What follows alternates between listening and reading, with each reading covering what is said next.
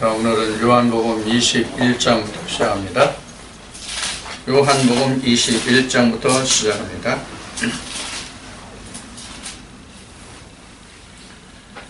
그 후에 예수께서 21장 1절로부터입니다.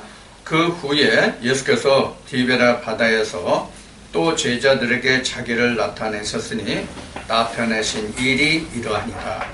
시몬 베드로와 디두모라 하는 도마와 갈릴리 가나 사람 나다나엘과 세베대의 아들들과 또 다른 제자 둘이 함께 있더니 시몬 베드로가 나는 물고기 잡으러 가노라 하매 저희가 우리도 함께 가겠다 하고 나가서 배에 올랐으나 이 밤에 아무것도 잡지 못하였더니 날이 새어 갈 때에 예수께서 바닷가에 서셨으나 제자들이 예수신 줄 알지 못하는지라.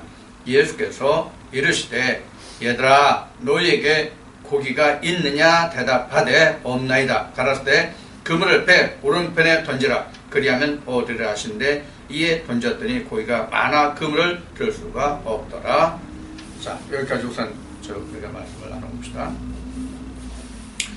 자, 이제 이 말씀에서 우선 먼저 살펴볼 것은 제자들이 예수님이 오셨는데도 예수님을 알아보지 못하죠. 예수님을 알아보지 못해요. 이것을 우리가 좀 깊이 생각을 해야 됩니다. 어떤 의미에서 이 말씀을 깊이 생각해야 된다고 말씀을 드리냐면, 오늘날 주의 재림을 많이 기다리잖아요. 오늘날 주의 재림을 많이 기다리는데, 아니 3년여 동안 함께 먹고 자고 생활했던 제자들도 부활하신 예수 그리스도를 누군지 모르는데,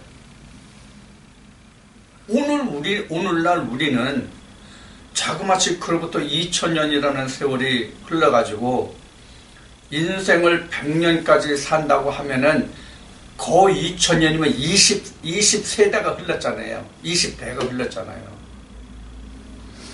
아니 그러면 얼굴을 본 이 제자들도 그것도 얼굴을 본 것이 그냥 보통 본 것이 아니라 지금 말한 바대로 그냥 밤낮으로 그냥 계속 같이 살았으니까 그렇게 살았잖아요. 그러니까 한 집 식구였잖아요. 쉬운 얘기를 하면, 아니 그들조차도 부활한 예수를 누군지 모르는데 오늘날 2000년이 지나 있는 우리는 어떠하겠냐고요. 얼굴을 봐서 뭘 봐서 그래. 다만 예수라는 말만 들었지 예수 모양을 아냐고 그 얼굴 모습을 모르잖아요. 내가 살아온 경험을 보더라도 내가 어떤 사람하고 이렇게 가까이서 해서 지났잖아요. 그럼 세월이 오래 지나면 그 사람 얼굴을 잊어버리더라고. 그 사람 얼굴을 잊어버려요. 지금 그러면 우리가 예수 그리스도의 얼굴을 본 사람이 지금 오늘날까지 우리가 산다고 가정해도 그 얼굴을 기억하기가 힘들다고 얘기할 수 있단 말이에요. 이런 경험 다 하실 거예요. 언뜻 봤는데 어디서 보긴 본 듯한데 누군지 얼른 생각이 안 나. 그래서 한참 서로 만나서 그 얘기를 하다 보니까 서로 어디서 만난 것 같은데요? 안 것 같은데요? 기억이 있는데요? 낯설지가 않은데요? 어디서 우리 만났었죠? 이런 얘기를 한참 하다 보면 어디 살았죠? 어디 했죠? 뭐 했죠? 하다 보면 그래 그때 이런 경우가 많단 말이에요.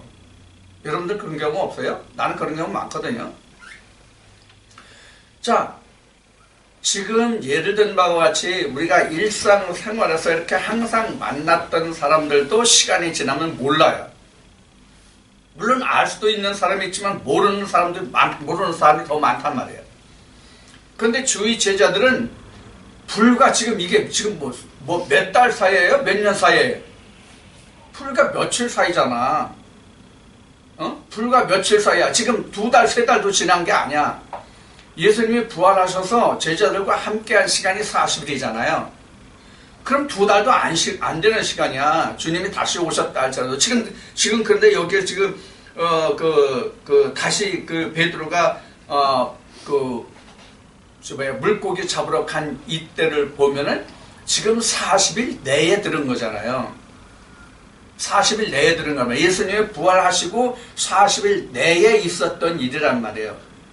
그러면 요 기간에서도 지금 주의 제자들조차도 그 얼굴을 기억하지 못하는데 지금 오늘날은 주께서 재림하신다고 그래도 2000년 전에 주께서 육체로 있던 모습으로나 아니면 부활체 모습으로나 어느 모습으로 오셔도 오늘날 우리는 예수 그리스도를 모른다. 근데 주가 재림하면 영접할 것이라고? 이건 아닌 밤중에요. 아닌 밤중에 지금 꿈꾸는 거지 지금.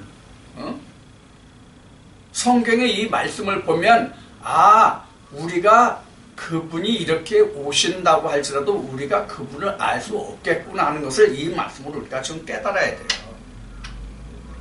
이제 사도행전에 가면은 그런 말씀이 있잖아요. 어떤 그 사도행전에 가면은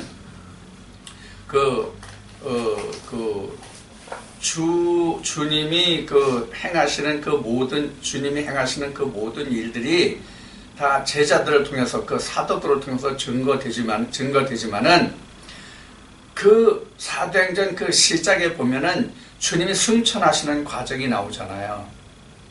사도행전의 맨 앞에 1장의 기록은 주님이 어떻게 승천하셨는가를 사도들이 기록하고 그것을 뒤에 사도들이 행한 그 일들이 기록된 것이 바로 사도행전의 말씀이잖아요.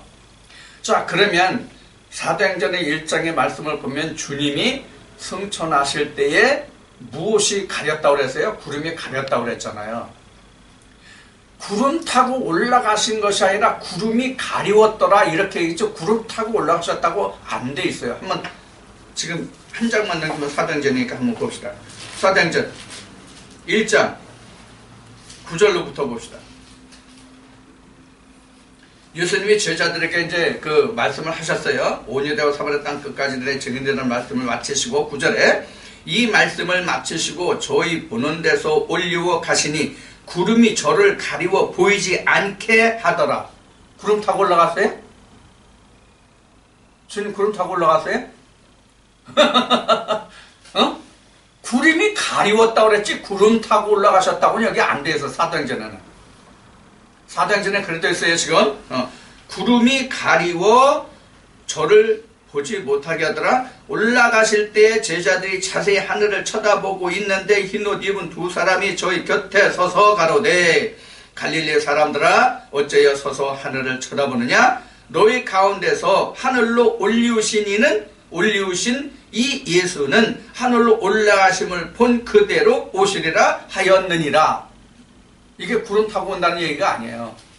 구름 타고 온다는 얘기는 이제 그 요한계시록 가서 말씀을 이제 다시 봐야 되지만은 여기는 지금 제자들에게 하늘로 올라가신 예수 그리스도를 바라보는 그들에게 지금 흰옷 입은 두 자가 와서, 그러니까 이게 이제 쉬운 얘기로 천사죠. 와서 야, 뭐 이렇게 하늘 쳐다봐. 하늘로 올라오신 그는 너희가 본 그대로 다시 오셔. 그럼 이게 뭐야 이게? 예수님이 다시 하늘에서 오시는데 구름에 가리워서 너희가 모르는 상태로 와. 이 얘기가 맞는 얘기죠? 틀려 맞아? 이 말씀을 거꾸로 뒤집으면 올리운 걸 다시 뒤집으면은 오시는 상태잖아. 그죠? 내려오시는데 구름이 가리워서 알지 못하더라. 이렇게 맞잖아, 오시는 거는. 그런데 뭘 구름 타고 와? 또 구름 타고 오신다 할지라도 그 구름이 우리가 이 자연에서 떠돌아다니는 우리 그 자연에서 보는 하늘에 떠다니는 물리적인 그런 구름이 아니란 말이에요. 우리가 물리적인 구름으로 생각하니까 우리가 자꾸 착각하는 거야. 그래서 지금 방금 말씀드린 바와 같이 우리가 2000년 전에 오셨던 주님이 우리에게 다시 오시는 그 형태가 지금 말씀드렸잖아요. 육체로 오시든 부활체로 오시든 어떤 모습으로 오시든지 간에 오늘날 우리는 그를 알지 못한다. 이것이 정답이에요. 뭘 기다려? 기다리기는. 기다려봐야 그렇게 기다리면 주님이 안 오셔. 내가 그러죠. 수천 년을 사는 재주를 가지고 태어났어도 그렇게 주님은 다시 안 오신다. 이렇게 말씀드렸어요. 자, 그래서 이제 우리가 그 부활 후에 예수님의 모습이 어떠했는지를 우리가 생각할 수 있어요. 제자들도 몰라 보니까. 자, 그것을 우리가 볼 수 있고요. 그 다음에 이제 제자들의 모습이에요. 제자들이 예수님이 돌아가시고 부활하시고 그랬을지라도 지금 베드로가 뭐 하러 가고 있어요, 지금? 지금 우리가 20장에서 보면 제자들 앞에 부활하셔서 예수님이 나타나시고 이것을 봤잖아요. 근데 지금 21장에 시작하면서 지금 베드로는 뭐 하러 가냐고 지금. 물고기 잡으러 가잖아. 물고기 잡으러 가잖아. 이 이야기는 바로 뭐냐면 이제 주는 주대로 가고 나는 나대로 남은 상태란 말이에요. 지금 베드로와 주는 아무 상관이 없어 지금. 그러니까 지금 베드로는 자기 일을 하러 간 거예요. 자기 일을 하러 간 거란 말이에요. 지금 뭘 여러분들에게 말씀드리고자 하는 것 같아요? 오순절 사도행전에 나오죠. 오순절 성령을 힘입었을 때 비로소 주와 그리스도가 하나가 돼서 그가 우리가 기다리던 메시아라고 증거하게 된다. 그 얘기를 하는 거예요 지금. 그렇지 않으면 자기 생업으로 쫓아간다고. 주의 증인이 안 된다고. 하나님과 그리스도의 증인이 안 된다 그런 얘기예요. 성령이 없으면. 그래서 성령 하는 거예요. 그래서 주님이 제자들에게 이렇게 부활하시고 오셔가지고 휴 하고 숨을 내쉬면서 성령을 받으라고 말씀하시잖아요. 근데 그때 주님이 성령을 주시지 않았거든요. 오순절을 통해서 제자들에게 성령이 임하지 그 성령을 받으라고 말씀하셨지만 그때 당시에 성령이 임하지 않는단 말이에요. 그러니까 지금 베드로는 뭐하러 간다? 물고기 잡으러 간다. 그래서 오늘날 성령 받았다는 사람들이 많잖아요. 성령 받았다는 사람이 많다는 정도가 아니라 교회 다니는 사람은 다 성령을 받았다고 말하잖아요. 다 성령을 받았으면 뭐가 돼야 돼요? 예수 그리스도의 증인이 돼야 돼요. 예수 그리스도가 누구라고 증거해야 돼요. 이게 예수 그리스도가 누구라고 증거한다는 것이 오늘날 얘기하는 어떤 목회자를 이야기하는 것이 아니에요. 목회자마다 다 그리스도를 증거하는 것이 아니잖아요. 우리가 2000년대 지금 이게 21장이 지금 2000년 전의 상황이잖아요. 2000년 전의 상황인데 이때에 지금 하나님을 말하는 사람들이 있었어요, 없었어요? 하나님을 가르치는 사람들이 있었냐고 없었냐고. 하나님을 전하는 사람들이 있잖아요. 무수히 많잖아요. 바리새인들 엄청 많잖아요. 바리새인들 엄청 많아요. 근데 하나님을 전하는 사람들이 그렇게 많은데도 예수를 몰랐잖아요. 지금 바리새인들 얘기했지만 지금 바리새인들만 뿐이 아니잖아요. 지금 예수 그리스도의 제자가 됐던 그 베드로조차도 수제자잖아. 그것도 또 제자 중에서. 응? 제자가 뭐 수천 명이 된 것도 아니고 겨우 딸랑 12명인데 그 중에서 수제자라고 하는 베드로도 예수님이 부활하신 그 후에 그 모습을 보고도 이는 자기 할 일로 쫓아간다고.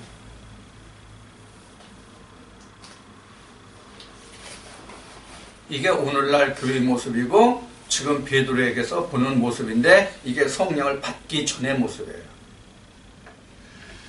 자, 우리가 그 두 가지를 이 말씀 중에서 좀 꼭 기억을 해 두셔야 될 부분이에요. 나도 지금 예수 그리스도가 성령으로 내게 오시지 않으면 내일이 더 급해. 주님이 일이 급하지 않아.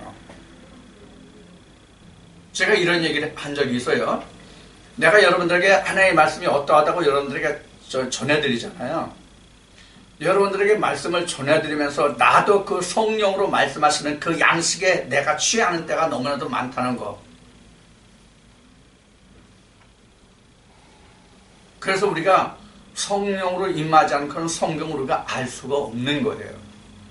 사람이 아무리 지식이 있다고 할지라도 그 지식으로는 안 돼요.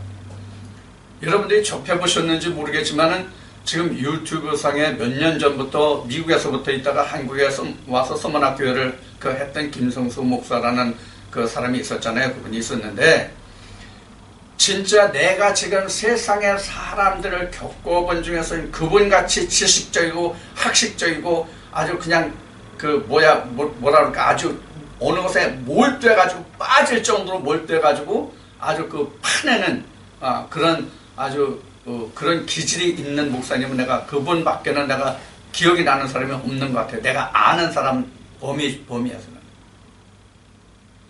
그렇게 머리 좋고 해도 그분이 그 부분마다 말씀을 내가 몇 가지 들어봤지만 한 20여 번 들어봤는데 거기에 오류가 얼마나 많은지 몰라요. 이게 사람의 연구와 공부 이게 공부와 성령 역사하심의 차이예요. 이것이. 그래도 그분이 한국 교계에 아니면 세계적인 교계에 던진 그 화두는 던진 돌은 상당히 그 파장이 클 것입니다. 이것도 하나님의 역사 속의 한 부분입니다. 그래서 지금 말씀드린 바와 같이 우리가 성경을 안다는 것은 사람이 아무리 머리가 좋고 지식이 있다 할지라도 그 머리와 지식으로는 하나님을 알 수가 없다는 것. 이것이 굉장히 중요한 부분이에요. 그래서 우리가 이제 마태복음 이제 훨씬 전에 우리가 공부했지만 마태복음에서는 예수님이 이런 말씀을 하신다고요. 지혜롭고 슬기롭다 하는 자들을 미련케 하시고 미련한 자들을 역사하사 하나님께서 영광을 받으심이 옳소이다. 이것이 아버지 뜻입니다. 이렇게 고백한 말씀이 나와요. 바로 이 부분에 해당하는 거예요. 그래서 이제 그 로마서나 그 고린도 이제 바울의 서신이죠. 그쪽에 가면 여러분들에게 이제 함께 나눌 말씀이 이제 거기에 나오지만은 그래서 그 바울도 내가 자랑하는 십자가에 대신 예수 그리스도 외에는 자랑할 것이 없다고 했고 내가 지금 그 복음을 증거하는 자리에 있지만 내가 잡은 것도 이룬 것도 아니라고 사도 바울은 고백했거든요. 우리가 성경의 역사에서 보면은 신약에서 보면 사도 바울 같이 지식 있는 자가 없잖아요. 사도들 중에 바울 같이 지식 있는 자가 없어요. 그래서 그를 이방인의 사도로 하나님이 삼으시지 않았나 하는 생각을 해볼 정도예요. 자, 이런 점들을 여러분들이 꼭 이해를 하시고 명심하시고 7절부터 예수의 사랑하시는 그 제자가 베드로에게 이르되 주시라 하니 시몬 베드로가 벗고 있다가 주라 하는 말을 듣고 겉옷을 두른 후에 바다로 뛰어내리더라. 자, 여기서 이제 앞에 한 가지 더 그 말씀을 드릴 것은 뭐가 있냐면 배 오른편에 그물을 던지라고 말씀하시죠. 그러니까 고기를 잡았냐 그러니까 배 오른편에 그물을 던지라고 그러죠. 우리가 이 오른편 왼편은 누가복음에서 예수님과 그 좌우의 행악자들이 같은 날 십자가에 달렸을 때 이 우편과 좌편이 뭐다 하는 의미를 말씀을 드렸어요. 그리고 그 예수님이 시몬 베드로를 제자로 택하실 때에 예수님이 베드로에게 하신 말씀이 있어요. 뭔 말씀이에요? 고기를 바다에 있는 강에 있는 그 물에 있는 고기를 잡지 말고 사람 낚는 어부가 되라 하는 말씀을 하시고 베드로를 택했잖아요. 근데 지금 베드로는 사람 낚는 어부가 된 게 아니라 자기 먹을 고기를 낚는 어부로 다시 돌아갔단 말이에요. 예수님이 돌아가시고 부활하셔서 예수님의 부활의 모습을 본 후에도 그랬단 말이에요. 그래서 이제 지금 베드로가 배 오른편에 그물을 던지라는 주님의 말씀은 바로 뭐냐면 이 오른편과 왼편의 정의예요. 성경적인 왼편과 오른편의 정의예요. 여기는 이제 실제로 지금 베드로가 그 배를 탄 그 방향에서 봐서 오른쪽 왼쪽을 말씀하셨겠죠. 그런데 우리가 이 배를 보면은 여러분들 배 하면 가장 먼저 생각나는 게 뭐가 있어요? 노아 방주. 노아의 방주를 생각하셔야 돼요. 노아의 방주를. 그래서 지금 이 배를 타고 물고기를 잡는다는 얘기는 뭘 얘기냐면 하나님의 그 구원의 배에서 생업에 순종한다는 뜻으로 우리가 이해를 할 수가 있어요. 근데 예수님이 사람 낳는 어부가 되라고 그랬으니까 이 배가 어디에 띄워 있는 배냐면 사람들에게, 인생들에게, 세상에 떠 있는 배, 이렇게 우리가 생각할 수 있어요. 자, 우리가 예수님이 어떤 임금으로 오셨죠? 어느 임금이에요? 세상의 임금이에요? 뭐예요? 하늘의 임금이에요? 땅의 임금이에요? 요한복음 16장 지나왔지만 예수님이 말씀하실 때는 세상의 임금이라고 말씀하셨거든요. 근데 세상의 임금의 반대는 뭘까요? 땅의 임금. 요한계시록 17장, 18장에 보면 땅의 임금들이 나와요. 땅의 임금. 그래서 땅의 임금들의 왕이 세상의 임금이에요. 예수 그리스도예요. 하늘의 왕은 하나님이시고요. 이제 그렇게 우리가 순차적으로 생각하시면 돼요. 그래서 그 하늘 보좌에서 땅으로 오신 분이 예수 그리스도잖아요. 그래서 지금 우리가 지금 배는 노아의 방주를 지금 여러분들이 얘기했듯이 지금 예수님이 말씀하시는 그 베드로의 배는 노아의 방주로 생각하고 우리가 사람을 낚는 어부가 된다는 말씀으로 우리가 바꿔보면 배 오른편이라는 것은 세상에 먹고 있고 쓸 세상 좌편으로 가지 말고 이 왼편은 발을 의미하는 거예요. 오른편은 하나님의 의를 말하는 거예요. 이사야 40장인가 나와요 말씀에. 자, 그러면 우리가 배의 오른편에 그물을 던져라고 말씀하신 것은 바로 뭐냐면 하나님의 의를 던져라 그런 얘기예요. 하나님의 의를 던져라.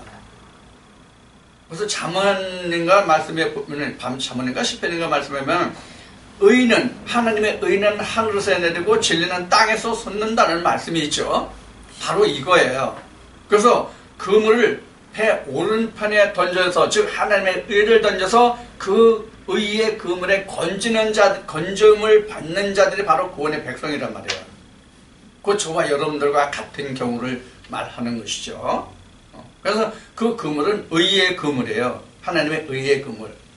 자, 그것을 이제 추가해서 말씀을 드리고, 그 다음에 이 처음에는 베드로가 주신 줄을 몰랐다가 다른 사람이 뭐라 그래요? 예수의 사랑하시는 그 제자가 베드로에게 이르되, 이 예수의 사랑하시는 그 제자가 누군지는 모르겠지만 그렇게 지금 여기서 기록을 하고 있어요. 그래서 주라고 이제 얘기하니까 베드로가 옷을 벗고 있다가 옷을 입고 바다로 뛰어내렸다 이런 얘기예요. 바다로 뛰어내렸다. 이 지금 바다가 어디예요? 이 바다가 어디예요 지금? 거기요. 지금 디베라 바다죠. 여기 지금 여기서는 21장 디베라 바다에 지금 나간 거죠. 디베라 바다에 지금 누구 갔느냐면 지금 시몬 베드로와 디두모와 그 다음에 나다나엘과 세베대의 아들들과 세베대의 아들이 누구죠? 세베대의 아들이 누구예요? 야고보 또 요한 이런 얘기예요. 그래서 이 사람들이 다 어비예요. 그래서 그 사람들과 함께 갔는데 그들 중에서 지금 주시라 이렇게 얘기하니까 베드로가 옷을 벗고 있다가 겉옷을 입고 지금 어디로 뛰어내려면 바다로 그냥 뛰어내렸어요. 자, 바다로 뛰어내렸다는 그 말씀에서 지금 7절까지고요. 8절 보면 다른 제자들은 육지에서 산 거가 불과 한 50간쯤 되므로 작은 배를 타고 고기 든 그물을 끌고 와서 육지에 올라 보니 숯불이 있는데, 자 이렇게 했어요. 자, 여기 50간이라는 그 말이 나왔잖아요. 50간. 50간이면 여러분들 한 간이 거리가 얼마나 돼요? 우리나라 한 간. 김 목사 영감이 건축했다면 한 간이 얼마예요? 한 간. 우리 전에 노래 보면 50년대 60년대 노래 보면 초가 삼간이라는 지금 그 노래 가사가 나오죠. 초가 삼간은 반이 세 칸을 얘기하는 것이거든요. 부엌 하나 방 두 개가 초가 삼간이에요. 그러면 한 간이 얼마가 한 간이에요? 한 간이 얼마가 한 간이에요? 건축에서도 모르는구나. 서답게 3년이면 요사이는 라면 끓이는 게 아니라 요사이는 그 밥도 안 나는데, 그 뭐냐면, 그렇다고 또 노역게 됐지만, 웃자고 하는 얘기니까, 이 한간이 우리나라 그 고유의 청량자라고 그럴까? 그런 거예요. 한 잔은 얼마가 한 자예요? 30.3cm가 한 자죠. 이게 6번 있는 게 한 간이에요. 그러니까 6자가 한 간이에요. 그래서 초가 3간 하면은 사방 6자, 6자, 이게 한 간이에요. 그럼 6자면 얼마예요? 1m 80이에요. 여러분들 수원에 있는 민속촌? 민속촌이나 아니면 여러 지방에 있는 옛날 집들을 가보면 이렇게 사람 그러니까 한 발이라고 그러죠. 양손을 벌려가지고 자기 손이 뻗치는 게 한 개. 시작해서 오른쪽에서 시작해서 왼쪽 손까지 이거를 한 발이라고 그러죠. 이렇게 하면 꽉 차 보이는 방이 바로 옛날 집 한 간이에요. 사방 6자. 그러니까 1m 80쯤 되는 것이죠. 그 구간이에요. 그래서 50간이라 하면 바로 1m 80이 50개 있다 이렇게 생각하시면 돼요. 그래서 대략 이 거리가 한 500m 이내 이렇게 돼요. 500m. 근데 이게 육지에서 500m면 별거 아닌데 지금 바다에서 서로 떨어진 산거가 서로 떨어진 거리가 50간쯤 되므로 50간이면 사실 바다에서 50간이면 굉장히 먼 거리예요. 그죠? 여러분들 지금은 이제 우리나라도 그 배가 동력선이고 그 규모가 커져서 그러한 일이 별로 없지만 제가 동해안에 가서 군에서 근무할 때가 60년대 중반인데 그때만 해도 전부 이게 바다에 나가서 일하는 사람들이 동력선은 별로 없고 뗏목으로 밀고 다니는 그런 배들이었어요. 그래가지고 불과 배가 몇 메타 육지에서부터 몇 메타 상거되지 떨어져 있지 않은데도 옛날에 풍랑이 만나면 코앞에서 빠져 죽는 경우가 많이 있었어요. 그러고 보면 여기 한 500m쯤은 상당히 먼 거리다 그런 얘기예요. 자, 이런 거리쯤 돼서 작은 배를 타고 물고기를 끌고 와서 육지에 올라와 보니 숯불인데 그 위에 생선이 놓였고 떡도 있더라. 그러니까 잡은 생선, 오른편에 그물을 던지라고 그랬잖아요. 여기는 그게 이제 뒤에 나오는데 153마리 잡았다고 나와요. 그 고기를 많이 잡았어요. 근데 베드로가 밤새 잡아도 한 마리도 못 잡았잖아. 근데 예수님이 오른편에 그물을 던지라고 하는데 올라와서 세보니까 153마리가 잡혔다. 이제 그런 말씀이 나오는데, 자, 그래서 숯불도 있고 생선도 있고 그래서 이제 떡도 있고 그러니까 어떻게 했냐면 10절에 예수께서 가라사대 지금 잡은 생선을 좀 가져오라 하시는데 시몬 베드로가 올라가서 그물을 육지에 끌어올리니 가득히 찬 큰 고기가 153마리라 이같이 많으나 그물이 찢어지지 아니하였더라. 그러니까 고기를 많이 잡았는데도 그물이 찢어지지 아니하였으면 그게 하나님이 일하신 것이다. 주님이 일하신 것이다. 그런 의미예요. 그렇지 않으면 그물이 찢어졌다는 의미가 이 안에 내포되어 있잖아요. 그런 의미를 여기서 볼 수 있고요. 내가 어느 교회인지는 모르겠는데 까먹었는데 김명현 목사님이던가 하여튼 성함도 내가 잘 지금 기억이 안 되는데 유튜브에서 목사님들 설교를 이렇게 확인하다 보니까 이 성경에 나온 숫자의 개념을 푸는 그런 설교가 있어서 한번 본 적이 있는데 지금 기억이 안 나네. 그래서 히브리어로 이 153마리라는 것을 히브리어로 풀으면 이것이 주님이 된다.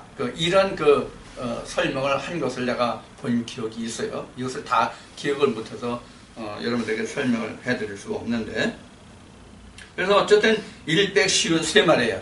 참 공교롭게 150마리면 150마리, 100마리면 100마리인데 153마리라고 딱 꼬집어서 이야기했으니까 아마 여기에 어떤 의미가 있다고 생각해도 과언이 아닐 거예요. 사실 성경에 기록된 모든 숫자의 의미는 그냥 무심코 그냥 쓰여진 글이 사실 거의 없거든요.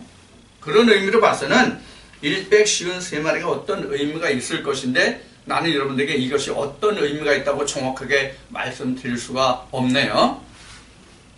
자, 이렇게 해서 지금 그 153마리 중에서 12절부터 이어지는 말씀에 보면 예수께서 가르치되 와서 조반을 먹으라 하시니 제자들이 주신 줄 아는 거로 당신이 누구냐 감히 묻는 자가 없더라. 예수께서 가셔서 떡을 가져다가 저희에게 주시고 생선도 그와 같이 하시니라. 이것은 예수께서 죽은 후 죽은 자 가운데서 살아나신 후에 세 번째로 제자들에게 나타난 것이니라. 이게 그 다락방에 2번 나타나셨고 지금 바닷가에 지금 나타나셨고 그래서 세 번째예요. 그래서 예수님이 지금 여기서 떡과 생선을 지금 나누어 주셨잖아요. 이 예수님이 제자들에게 떡과 생선을 나누어 주셨는데 지금 어떤 떡과 생선이에요? 여기는? 응?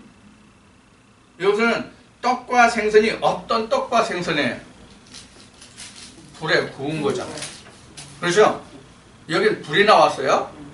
그럼 마태복음, 요한복음 그 6장이나 이쪽에서 보면은 예수님이 오병이어 역사를 하시잖아요. 그때는 불이 있었어요? 없었어요? 없었어요. 지금 이게 주님이 주시는 영성의 양식을 말하는 거예요. 지금 부활 후에 주시는 양식은 불이 있어요. 부활 전에는 불이 없어요. 이거 중요한 부분입니다. 이거는 우리도 이 과정을 똑같이 거쳐요. 이게 바로 물세례와 불세례의 관계예요. 이것이 물세례와 불세례의 관계예요.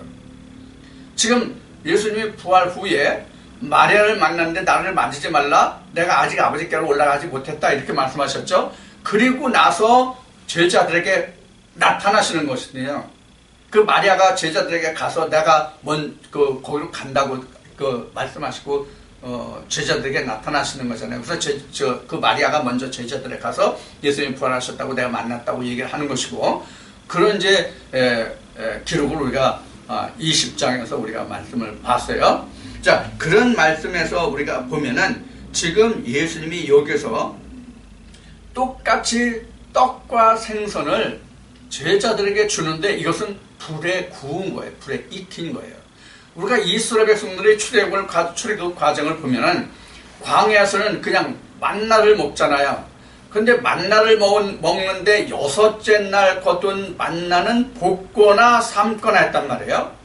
자, 요것과 지금 같은 이야기고 그 다음에 이스라엘 백성들이 모세가 느보산에서 죽고 여호수아가 모세가 입던 그 하나님의 옷을 여호수아가 입고 모세에게 있던 하나님의 그 영이 여호수아에게 물려지잖아요. 엘리야와 엘리사와 같이. 그래서 여호수아가 이스라엘 백성들을 이끌고 요단강을 건너서 첫 번째 유월절에 만나와 볶음국수를 함께 먹었더니 어떻게 되세요? 만나가 끊겼잖아요. 이것과 똑같은 거예요. 그러니까 지금 주의 제자들로 보면 그냥 이미 요한복음 6장 이쪽에서 또 다른 말씀에서 다른 복음서에서 그냥 제자들에게 떼어준 함께 먹었던 하나님께 축사하고 먹었던 이 떡과 생선과는 지금 질이 다른 거예요.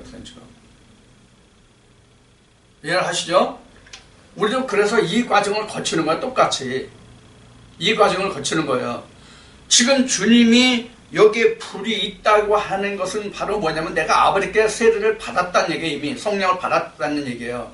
내가 아버지께로 가야만 성령으로 다시 보낸다고 말씀하셨잖아요. 주님이 이 과정을 예수님이 증거하신 것이다. 이렇게 보시면 된단 말이에요. 그러니까 성경은 증거된 그 모든 것을 그대로 다 역사하시지 그대로 건너뛰는 것이 없다. 이렇게 생각하시면 됩니다. 자, 15절부터 보면 저희가 조반 먹은 후에 예수께서 시몬 베드로에게 이르시되 요한의 아들 시몬아 내가 이 사람들보다 나를 더 사랑하느냐 하시니 가로되 주여 그러하오이다. 이렇게 해서 쭉 몇 절까지 이어지냐면 17절까지 이어지는데 17절 말씀 보시다. 세 번째 가라사대 요한의 아들 시몬아 내가 나를 사랑하느냐 하시니 주께서 세 번째 내가 나를 사랑하냐 하심으로 베드로가 근심하여 가로되 주여 모든 것을 아시오매 내가 주를 사랑하는 줄을 주께서 아시나이다. 예수께서 가로되 내 양을 먹이라. 자, 지금 예수님이 베드로에게 나를 사랑하냐고 몇 번을 물었다고 여기 17절에 기록하고 있어요? 세 번이죠. 세 번째. 세 번씩이나 주님이 베드로를 향해서 내가 나를 사랑하냐 그러니까 베드로가 기쁜 마음으로 들은 것이 아니라 마음의 근심함으로 그러겠어요.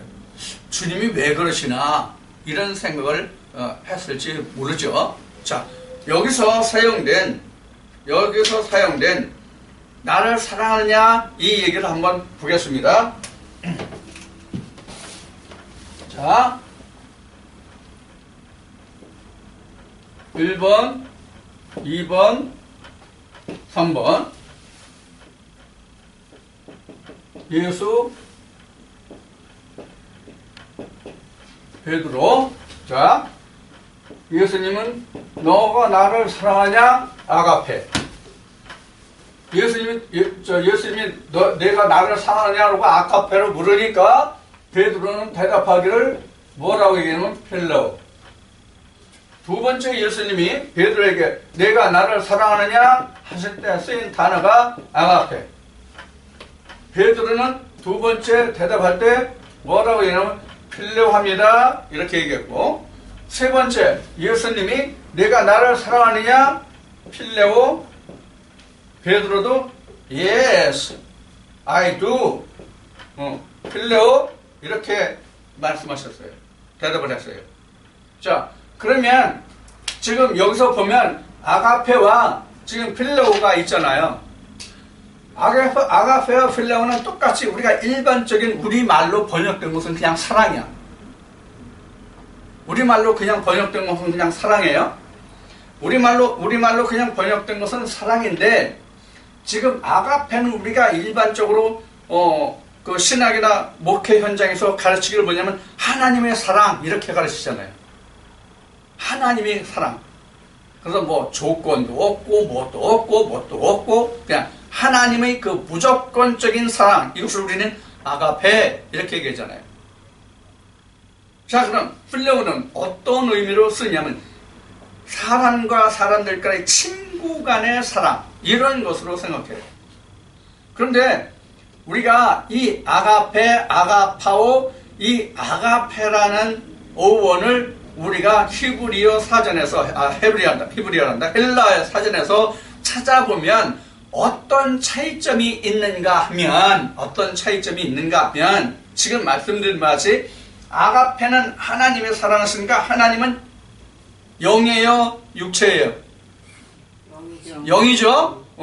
영적인 사랑이 아가페. 필레오는 육신이 있는 사람들이 사랑하니까 인간적인 사랑, 그러니까 감정이 있는. 아가페는 영이니까 감정이 없잖아요. 몸이 없는데도 감정이 있나? 에? 육체가 없어도 감정이 있나요? 자, 감정이 있다는 얘기는 우리가 그 신체적인 이것을 우리가 그 의학적으로 말하면 뭐가 있다는 얘기예요. 육신이 있으면 뭐가 있어요? 오감이라는 게 있잖아요. 오감이 있어야 내가 아프고 기쁘고 이것을 내가 느낄 수가 있잖아요. 이게 필레오예요. 그래서 육체적인 인간적으로 맺어지는 사랑. 그래서 이 아가페는 뭐냐면 지식적 사랑이에요. 아가페가요? 아가페가 지식적 사랑이에요. 헬라어 설명에 그렇게 나와요. 지식적이에요. 머리 지식 이런 사랑이에요. 그러면 지금 말씀드린 같이 이 필레오는 뭐냐면 감정적인 사랑이에요. 쉽게 설명을 드리는 거예요. 여러분들 이해하실 수 있도록 쉽게 설명을 드리는 거예요. 어떤 얘기냐면 이 아가페는 머리로 생각하는 사랑이라면 이 필레오는 가슴으로 생각하는 사랑이다 그런 얘기예요. 가슴으로 하는. 그러니까 우리 모든 인간들이 생각할 때 감정이 다 어디서 나온다고 생각해요? 마음에서 나온다고 생각해요. 그 마음이 어디예요? 가슴이잖아요. 여러분들 서로 사랑한다고 하는 사랑의 그 심볼이 뭐예요? 하트라고 그러는 거죠. 이 하트가 뭐냐면 이게 가슴이거든요. 하트가 가슴을 얘기하는 거거든요. 하트가 이게 지금 하트 심볼이죠. 이 하트가 가슴을 나타내면서 이것을 사랑이라고 그러잖아요. 자, 그러면 예수님이 제자들에게 말씀하실 때 너희가 나의 계명을 지키면 뭐라고 그랬어요? 나의 친구라 그랬죠. 너희가 나의 계명을 지키면 친구다 그랬잖아요. 이게 친구적인 사랑이에요. 친구.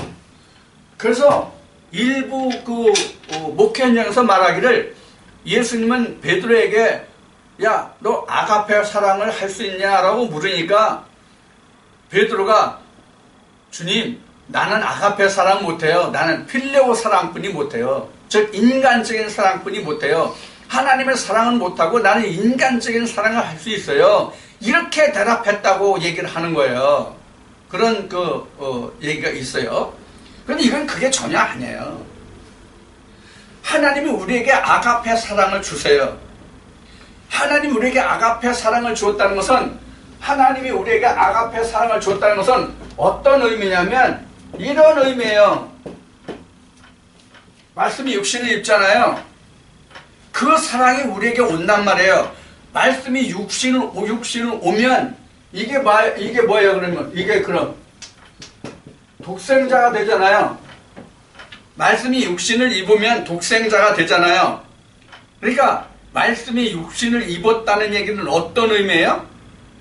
말씀이 육신을 입었다는 얘기는 어떤 의미냐고요? 이제 하나님의 살아 역사하신다는 뜻이에요. 그래서 예수님이 말씀을 육신을 입었다고 말씀하시는 거거든요. 성경에. 그럼 나도 말씀을 육신을 입어야 되잖아요. 그러면 아가페가 변해서 필레오로 되는 거예요. 이 필레오를 내가 가질 수 있어야 예수님이 아가페로 오신 것을 내가 필레오로 해서 내가 육신으로 그 사랑을 느낄 수가 있단 말이에요. 아가페가 아가페로 그냥 오면 어떻게 돼요? 지식적인 사랑만 되는 거예요. 그래서 하나님이 이사야를 통해서 말씀하신 바 같이 너희가 나를 입술로는 존경하는데 내 마음속에서는 내가 없어. 왜? 사람의 지식으로 사람의 교훈으로만 가르쳤기 때문이야. 이렇게 말씀하시는 것과 같단 말이에요. 이해가 되십니까? 그래서 우리는 말씀은 아가페예요. 말씀은 아가페인데 그것이 내게 와야만 이것이 뭐가 되냐면 필레오가 된단 말이에요. 자, 여기에서 우리가 뭐가 나오냐면 푸시케와 퓨뉴마가 나와요. 여기서 푸시케와 퓨뉴마가 나온다고요. 그래서 아가페가 창세기 2장 7절로 얘기하면 생기잖아요. 그 사랑이 말씀이니까 결국 사랑이니까 하나님 사랑이시니까 사랑이 내게 오잖아요. 그래서 말씀을 육신을 입었다고 그랬잖아요. 그럼 그게 아가페란 말이에요. 그 생기가 들어왔더라. 창세기 2장 7절에. 그러면 내가 생기가 내게 들어오면은 생기가 들어오면 이것이 뭐가 되냐면 이제 푸시케가 산다는데 내 혼이 이제 생동을 하게 된단 말이에요. 푸시케. 그래서 이게 고린도전서 15장 41절 이하에 보면 첫 아담과 마지막 아담, 땅에서 난 자와 하늘에서 난 자 이렇게 해서 설명이 쭉 가잖아요. 그 설명에 보면은 어떤 말씀이 나오냐면 창세기 2장 7절에 생기가 들어간 사람을 산 영이 되었다 하고 그러면 예수 그리스도가 마지막에 와서 살려주는 영이 되었다 이렇게 나오잖아요. 바로 이 과정이란 말이에요. 그래서 이 지금 아가페가 내게 오면 내가 산 영이 돼요. 푸시케가 돼요. 푸시케 좌우가 이게 생명이거든요. 그래서 푸시케가 살아요. 푸시케인데 혼이 사는 거예요. 혼이 살고 그 다음에 살려주는 영은 피우누마예요. 피우누마. 푸시케가 살고 그 다음에 피우누마가 산다. 그리스도가 산다 그런 얘기예요. 그게 바로 뭐냐면 필레오.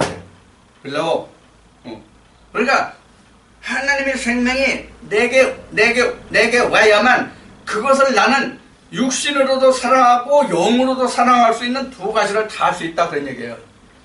이 얘기가 이제 로마서 하겠지만 로마서 말씀으로 보면 로마서 말씀에 보면은 지금 우리 육신을 가진 자는 율법을 행할 의무가 당연히 있는 것이잖아요. 영은 영에 가잖아요. 이게 바로 사망의 율법에서 생명의 성령의 법으로 넘어가는 과정을 말하는 거거든요. 자, 그러면 지금 말씀드린 바와 같이 이 지식적인 이 아가페가 하나님은 지식이잖아요. 지식이잖아요. 그러면 그것이 우리에게 와서, 즉 각 사람에게 와서 그것이 오감, 육감이 있는 하나님이 된다 그런 얘기예요. 이것이 사명이잖아요. 이게 무슨 뜻인지 이해가 됐죠? 이와 같이 하나님이 우리를 살려주는 것이 바로 이것이란 말이에요. 그러니까 하나님의 그리스도의 영이 우리에게 오지 아니하면, 그리스도의 영이, 하나님의 사랑이 우리에게 오지 아니하면 내 혼도 사실 죽은 거야. 그 영이 와야 그 혼이 살고 그 혼 속에 누가 오냐면 예수 그리스도가 와서 그 혼을 온전히 한다 그런 얘기예요. 자, 그 관계를 지금 예수님이 베드로와 나는 이 세 번의 사랑하느냐 사랑합니다. 사랑하느냐 사랑합니다. 사랑하느냐 사랑합니다. 지금 이러잖아요. 사랑하느냐? 네, 사랑합니다. 사랑하느냐? 네, 사랑합니다. 그래서 앞에 말씀드린 바같이 베드로가 계속 필레오라고 말하니까 예수님이 그래, 그럼 너는 그 세상적인 친구의 사랑뿐이 못하니까 너는 필레오 하느냐? 아가페 못하고 너는 필레오 하냐? 그래서 예수님이 나중에는 필레오로 물었고 베드로도 필레오로 대답했다. 이렇게 얘기하는 것은 틀리다 그런 얘기예요. 자, 이것을 우리가 이것을 보면은 뭐와 같은가 하면 그 히스기야 왕인가가 병이 들어서 죽게 됐잖아요. 근데 죽게 됐는데 히스기야 왕이 그 선지자가 와서 당신은 죽지 않습니다. 이렇게 얘기했단 말이에요. 그러니까 그 증거가 뭐냐고 했을 때 첫 해, 두 해, 셋째 해 이렇게 설명하는 과정이 나오죠. 예? 이게 11개 말씀인가 나와요. 이게 역대인가 11개 나와요. 자, 이것과 같은 얘기예요. 지금 이 말씀이. 그리고 우리가 예수님이 제자들과 함께 이렇게 쭉 행하시면서 광야에 나오잖아요. 근데 며칠째가 돼서 저들이 기진맥진하고 힘들까 한다고 생각하는 말씀하시는 그것이 며칠째예요? 3일째잖아요. 이게 3일이에요, 이거. 3일 때는 3일째 다 필레오예요. 그러니까 우리가 아가페로 시작해서 필레오로 끝나고 다시 우리가 아가페로 돌아가는 거예요. 우리 육신을 벗으면 다시 아가페가 되는 아가페만 남는단 말이에요. 여기까지 이해가 됐죠? 네. 우리가 아가페를 받아서 아가페와 필레오가 하나가 되거든요. 이게 둘이 따로 떨어질 수가 없어요. 아가페와 필레오가. 아가페가 필레오 속에 들어있단 말이에요. 하나가 돼요. 그래서 필레오는 육체를 입은 것이 필레오가 되기 때문에 필레오를 빼면은 아가페만 남아서 아버지께로 간다는 얘기예요. 여기까지 이해가 됐죠? 그래서 예수님이 말씀을 육신을 입고 오셨기 때문에 필레오로 오신 거예요. 사실 예수님도. 그래서 이거를 로마서 말씀에 보면 성계령과 다윗의 혈통을 나오잖아요. 이 다윗이 바로 필레오에 해당되는 부분이에요. 육신에 해당되는 부분이에요. 그리고 성계령이 그 안에 들어갔잖아요. 다윗의 뿌리에, 다윗의 혈통에 성결이 들어갔잖아요. 우리도 똑같단 말이에요. 뭐만 틀려 우리가? 성계령은 예수님이나 나랑 똑같고 뭐만 틀려? 육체의 혈통만 틀리는 거예요. 근데 육체의 혈통은 누구나 다 벗어버려. 하나님께 갈 때는 그래서 이것을 뭐라고 그래 성경에서는 장막이다 이렇게 얘기하는 거예요. 장막이다, 임시거처다 그런 얘기예요. 이거는 히브리 말씀에 가면 다시 이제 나올 거고요. 자, 이렇게 이제 해서 여러분들에게 아가페오 필레오를 말씀을 드렸고, 그 다음에 봅시다. 18절에 내가 진실로 진실로 내게 이르노니 젊어서는 내가 스스로 띠띠고 원하는 곳으로 다녔거니와 늙어서는 내 팔을 벌리리니 남이 내게 띠우고 원치 아니하는 곳으로 데려가리라. 이 말씀을 하시면 베드로가 어떠한 증으로 하나님께 영광을 돌릴 것을 가리키심이라. 이 말씀을 하시고 베드로에게 이르시되 나를 따르라 하시니, 자, 이 지금 18절에서 지금 19절까지 이른 이 말씀은 우리가 후에 성경을 결과적으로 아는 것이지만 베드로가 이 주님의 하신 말씀을 따라서 베드로가 십자가에서 어떻게 죽었어요? 거꾸로 매달려 죽었잖아요. 바로 이것을 주님이 미리 예언하신 부분이다 이렇게 보시면 되고요. 그 다음에 20절부터 베드로가 돌이켜 예수의 사랑하시는 그 제자가 따르는 것을 보니 그는 만찬석에서 예수의 품에 의지하여 주여 주를 파는 자가 누구오니까 묻던 자라라. 주여 파는 자가 누구뇨 묻던 자라라. 이에 베드로가 그를 보고 예수께 여짜오되 주여 이 사람은 어떻게 되겠습니까? 자, 여기서 주의 만찬석에서 주를 팔 자가 누굽니까? 라고 물은 사람이 누구라고 기억돼요 여러분들? 요한이었죠? 베드로가 턱으로 이렇게 턱짓해가지고 예수님께 물어본 자가 바로 요한이었죠. 그래서 지금 요한이 이렇게 물어보는 거예요. 이 자는 어떻게 되겠습니까? 이렇게 물었어요. 물었는데 예수께서 가라사대 내가 올 때까지 그를 머물게 하고자 할지라도 내게 무슨 상관이냐? 너는 나를 따르라 하시더라. 자, 그러니까 지금 예수님이 그 묻는 자에게 이렇게 말씀하시면 다른 사람이 어떻게 되고 어떻게 되고 말고 간에 너는 내일에 상관 쓰라. 그 사람이 어떻게 되는 건 너와 무관한 일이야. 상관이 없는 일이야. 그런 말씀을 하시는 거죠. 야, 다른 사람 걱정 말고 내 걱정이나 해. 이런 얘기와 같은 거예요. 자, 그래서 이렇게 말씀하세요. 그런데 여기 이제 뒤에 말씀에 23절에 말씀이 나는데 이 말씀이 형제들에게 나가서 그 제자는 죽지 아니하겠다 하였으나 예수의 말씀은 그가 죽지 않겠다 하신 것이 아니라 내가 올 때까지 그를 머물게 하고자 할지라도 내게 무슨 상관이냐 하신 것이더라. 그래서 내가 다시 올 때까지 머물게 한다는 이것은 무엇을 염두에 두고 말씀하신 건가요? 오순절을 염두에 두고 말씀하신 것이다. 이렇게 생각할 수가 있어요. 그 예수님이 다시 오는 것은 오순절에 그 제자들에게 갖춰주셨잖아요. 그래서 요한복음 14장에서 쭉 17장까지 말씀에 이르러서 내가 아버지께로 가는데 내가 너희를 고아와 같이 그대로 주지 않겠다. 내가 다시 너희들에게 오겠다. 그러나 세상은 알지 못한다. 이렇게 말씀하신 부분이 있잖아요. 자, 그 부분을 여러분들이 여기서 기억하시면 이 말씀이 무슨 뜻인지 이해하실 겁니다. 자, 이 일을 증거하고 이 일을 기록한 제자가 이 사람이라. 우리는 그의 증거가 참인 줄 아노라. 예수의 행하신 일이 이 외에도 많으니 만일 낱낱이 기록된다면 이 세상에라도 이 기록된 책을 두기에 부족할 줄 아노라. 자, 이것은 예수님이 행하신 일이 얼마나 많고 크냐 하는 것을 말함이죠. 저도 실제로 내가 이제 블로그에 글을 쓰면서 이 생각한 것이 어느 한 부분만 놓고 그 글을 써서 올리는데도 그 글을 쓰면서 생각하는 것이 요 부분만 가지고 글을 써도 진짜 어떤 각도에서 비춰보느냐에 따라서 이게 쓸 글이 엄청 많다는 생각을 하게 돼요. 자, 여러분들에게 이런 말씀을 드린 적이 있어요. 우리 다이아몬드 중에서 가장 값비싼 다이아몬드가 물다이아? 그런 얘기가 있어요. 나는 그게 어떻게 생각하는지 몰라. 물방울 다이아. 물방울 다이아인가? 이거를 내가 신문에서 사진으로 내가 본 적은 있어. 근데 실제로 어떤 건지는 내가 몰라. 사진으로는 봤어도.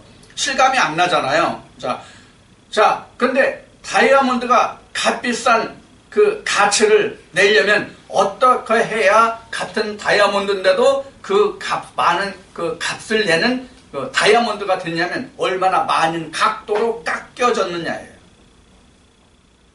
이것을 우리로 말하면 내가 하나님 앞에 얼마나 연단을 받았느냐에 따라서 다이아몬드가 깎이면 그 보는 각도에 따라서 색이 휘황찬란하잖아요. 이와 마찬가지로 우리도 하나님 말씀에서 연단을 받으면 로마서 말씀에 보면 뭐 인내와 연단이 나오는데 이 연단을 많이 받으면 받을수록 내가 하나님 앞에 빛나는 별이 돼요. 이게 요한계시록에 나오는 보석이에요. 이스라엘 백성들을 아론의 그 복장의 12지파의 그 색깔을 보석을 말했고 요한계시록의 그 12대문의 보석을 말씀하시는데 이게 바로 나에게 다 있는 보석이에요. 이것이. 그러니까 내가 하나님의 말씀에 내가 얼마만큼 깎고 다듬어져야 내가 그러한 하나님의 12보석 중에 하나가 될 수 있는가 하는 것을 내가 생각하면 하나님이 내게 주시는 오늘의 고난과 연단이 이와 같이 나를 보석으로 하나님 보시기에 아름다운 보석으로 만들고자 하시는 하나님의 은혜라는 것을 생각하고 여러분들이 이 고난을 이기시면 정말 하늘에서 해와 같이 빛나는 그런 하나님의 아들들이 될 것입니다. 하나님 나라는 딸이 없으니까. 자, 이제 이렇게 해서 이제 요한복음이 이제 맞춰지는데 우리가 이 지금까지 이제 그 창세부터 시작해서 중간에 그 구약에서는 우리가 그 시가서를 하지 않고 넘어왔습니다만은 지금까지 우리가 이 그 말씀을 들어본 것을 여러분들이 쭉 그동안 생각하면 많은 하나님의 이 지금 보석을 얘기했는데 그 보석들이 아마 여러분들 마음속에 많이 남아 있을 줄 압니다. 자, 이제 여기를 이제 해서 여기까지 해서 사복음서를 다 마치고 다음 시간은 그 다른 말씀으로 들어가겠습니다. 수고하셨습니다.